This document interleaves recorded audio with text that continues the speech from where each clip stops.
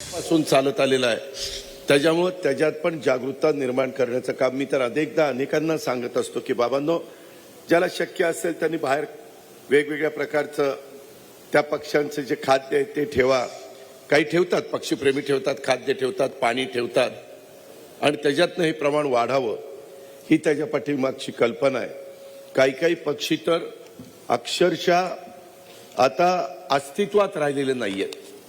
त्यामध्ये आमच्या भागामध्ये म्हणजे सोलापूर आणि तिकडं माळढोक पक्षी, तुम्ही नाव ऐकून असेल, ज्यांना पक्षाची माहिती आहे, तो माळढोक पक्षी एवढं मोठं आरक्षण तिथं ठेवलेले माळढोक पक्षाच्या करता, परंतु तो पक्षी फार क्वचित एखाद दुसरा त्या ठिकाणी दिसतोय.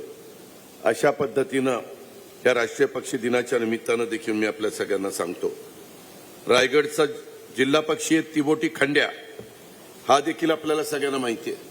आता किती तिबोटी खंड्या बघायला मिळतोय, फार कमी त्या ठिकाणी पाहायला मिळतो आणि म्हणून त्याच्याकडे पण आपण सगळ्यांनी लक्ष दिलं पाहिजे.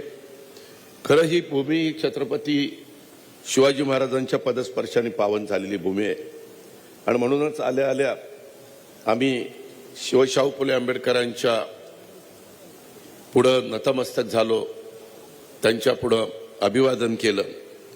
आणि या तळा किंवा कोकण, मी कोकणला सुनील तटकरेंना माहिती आहे किंवा आदित्यलाही आता माहिती आहे, ती मंत्रिमंडळात आहे.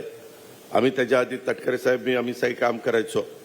कोकणचा कुठलाही प्रश्न आला तर कधी कधी काही असे प्रसंग निर्माण व्हायचे की काय करायचं. मी नेहमी त्यांना सांगायचो की बाबांनो, विदर्भ असेल, मराठवाडा असेल, उत्तर महाराष्ट्र असेल, पश्चिम महाराष्ट्र असेल, हा सगळा भाग वेगवेगळे ऊसाची शेती अडचणीत आहे, मदत करा. कापूस अडचणीत आहे, मदत करा. सोयाबीन अडचणीत आहे, मदत करा. इतर वेगवेगळ्या प्रकारे संत्र्याच्या बागा अडचणीत आहे, केळीच्या बागा अडचणीत आहे, द्राक्षाच्या बागा अडचणीत आहे, मदत करा. केली पाहिजे.